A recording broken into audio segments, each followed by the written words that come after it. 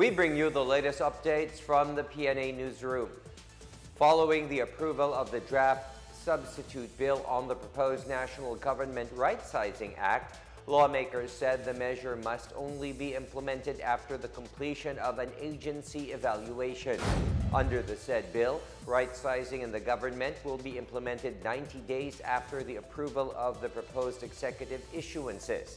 It will only cover government agencies under the executive department, except for teachers and those in medical-related posts in government agencies, military and uniformed personnel, as well as positions in the government-owned and controlled corporations or GOCCs.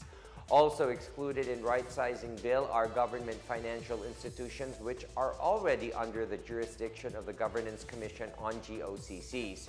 House Appropriations Panel Senior Vice Chairperson and Marikina City 2nd District Representative Stella Marie Kimbo insists that the implementation of the rightsizing must be based on the results of the strategic review. Basically, the implementation of rightsizing is, it says 90 days after the approval of the proposed executive issuances. Hindi pa dapat the reckoning should be the strategic review? We just want to make sure that when you implement rightsizing, it should be as a result of the results of the strategic review. Kaya tinatanong ni Kong Ron Salo, ano bang time frame dyan? Right? Kasi I worry that executive issuances will happen independent of the strategic review. Tama ba yun? Yeah, I think we should wait for the review first. Yes, diba? So parang dapat the reckoning is not executive issuances as broadly worded, but rather the completion of the strategic review. Yes, Your Honor. We acknowledge that the review should come first. Yes. Before we do any changes or movements with the respective agencies or organizations. Vice President and Education Secretary Sara Duterte underscored the need to plant and grow more trees to mitigate the impacts of climate change. In her message at the 15th Global Warming and Climate Change Consciousness Week, Duterte encouraged the public to participate in the tree planting activities, noting that the country is highly vulnerable to the impacts of climate change.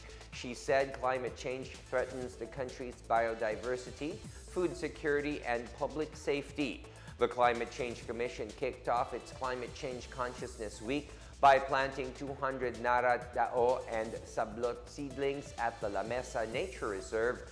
It also collaborated with the Department of Environment and Natural Resources, the Professional Regulation Commission, and the Society of Filipino Foresters for the Carbon Neutral Program Convergence.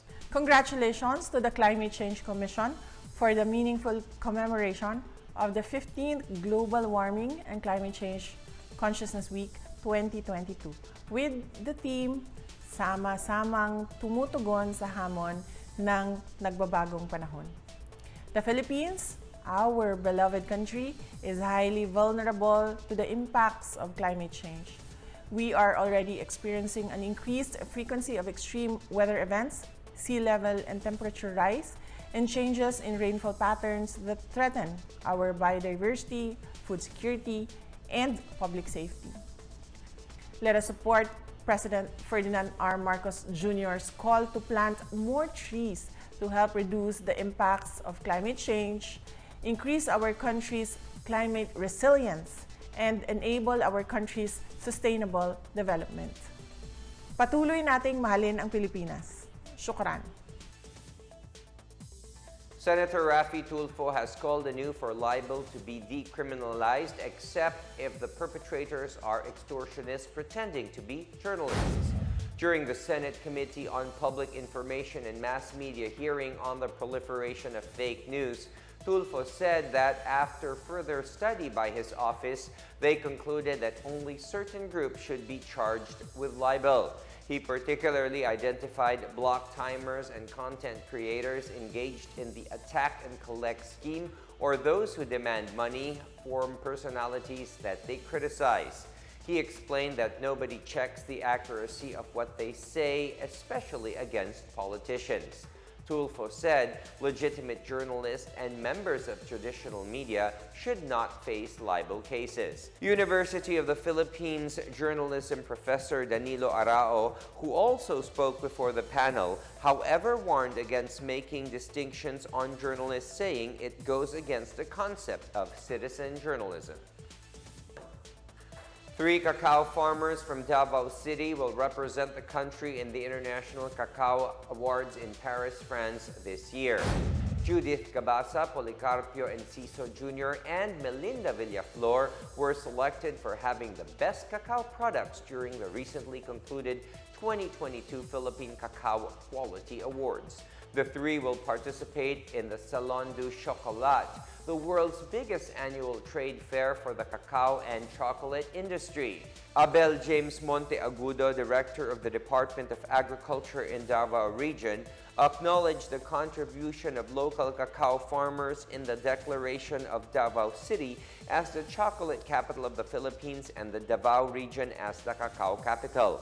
Last year, former President Rodrigo Duterte signed Republic Act 115471, recognizing the cacao industry of Davao City and the entire Davao region as a driver of rural development and a booster of the country's export earnings. And that is the latest and the biggest stories from the Pna Newsroom. For more news content, visit our webpage or head on to the Philippine News Agency's Facebook and Twitter accounts.